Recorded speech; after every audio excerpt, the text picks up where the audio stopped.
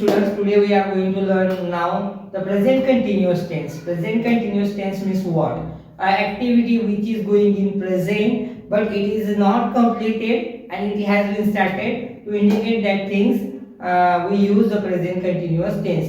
आता बघा एखादी कृती आहे, एखादी घटना आहे, एखादी कृती आहे जी वर्तमान काळामध्ये सुरू झालेली आहे परंतु ती पूर्ण झालेली नाही ती सांगण्यासाठी चालू पूर्ण वर्तमान काळाचा वापर केला जातो. म्हणजे वर्तमान काळ हा अपूर्ण असतो, तो पूर्ण झालेला नसतो.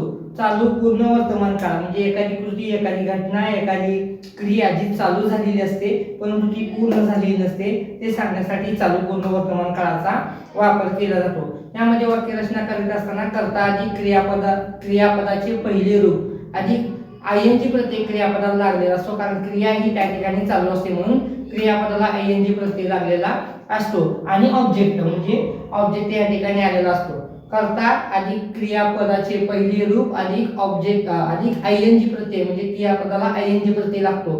डुईंग, वॉचिंग, गोईंग अशा पद्धतीने आणि मग ऑब्जेक्ट येतो. म्हणजे एखादी क्रिया चालू आहे दाखवण्यासाठी क्रियापदाला आयएनजी प्रत्यय लागलेला असतो. त्याला म्हणतात चालू पूर्ण वर्तमान काळ. म्हणजे एखादी कृती वर्तमान काळामध्ये चालू असते पण ती कृती पूर्ण झालेली नसते ते सांगण्यासाठी चालू पूर्ण वर्तमान काळाचा वापर केला जातो. आता याचे काही उदाहरण आहेत ते सुद्धा आपण पाहणार आहोत. चालू पूर्ण वर्तमान काळ म्हणजे काय? एखादी क्रिया जी वर्तमान काळामध्ये चालू झालेली असते परंतु ती पूर्ण झालेली नसते ती सांगण्यासाठी चालू पूर्ण वर्तमान काळाचा वापर केला जातो. एखादी अशी क्रिया जी वर्तमान काळामध्ये चालू झाली पण पूर्ण झाली नाही ती सांगण्यासाठी चालू पूर्ण वर्तमान काळाचा वापर केला जातो. यामध्ये कर्ता अधिक क्रिया टू बी चं सहाय्यकारी क्रियापद am is are, was, were, shall will जे काय असतं नाही ते येतं. पण आता सॉरी यामध्ये वाक्य रचना करीत असताना कर्ता म्हणजे काय की सब्जेक्ट म्हणजे सब्जेक्ट येतो. त्यानंतर टू बी चे सहाय्यकारी क्रियापद एम इज आर म्हणजे एम इज आर येतं आणि त्यानंतर क्रियापदाचे पहिले रूप येतं आणि क्रियापदाच्या पहिले रूपानंतर क्रियापदाला आयएनजी प्रत्यय येतो. आयएनजी म्हणजे क्रिया चालू आहे दाखवण्यासाठी क्रियापदाला आयएनजी प्रत्यय लागतो आणि त्यानंतर ऑब्जेक्ट म्हणजे क्रियापदाला ऑब्जेक्ट हा लागलेला असतो. अशा पद्धतीने या ठिकाणी वाक्यरचना केली जाते.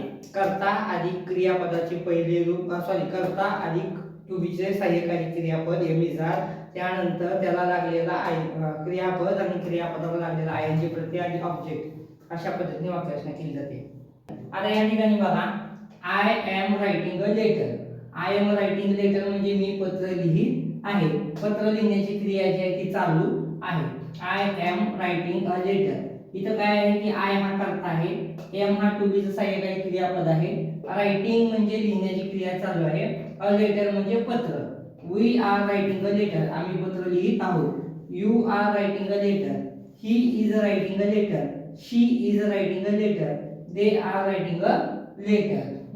आता या ठिकाणी तुम्ही पाहू शकता की प्रेझेंट कंटिन्युअस टेन्स म्हणजे चालू पूर्ण वर्तमान काळाचे काही वाक्य रचना केलेली उदाहरणे आहेत. यामध्ये I am going to Pune मी पुण्याला जात आहे. आता पहिली गोष्ट बघा आय हा या ठिकाणी कर्ता म्हणून आलेला आहे. एम हे टू बीचं सहाय्यकारी क्रियापद म्हणजे हेल्पिंग वर्ब म्हणून आलेलं आहे. गो हा मूळ क्रियापद आहे आणि त्याला आयएनजी प्रत्यय लागलेला आहे आणि टू पुणे हा ऑब्जेक्ट आहे. असं I am going to Pune मी पुण्याला जात आहे. I am going to Pune मी पुण्याला जात आहे. We are going to Pune आम्ही पुण्याला जात आहोत. He is going to Pune तो पुण्याला जात आहे. She is going to Pune ती पुण्याला जात आहे.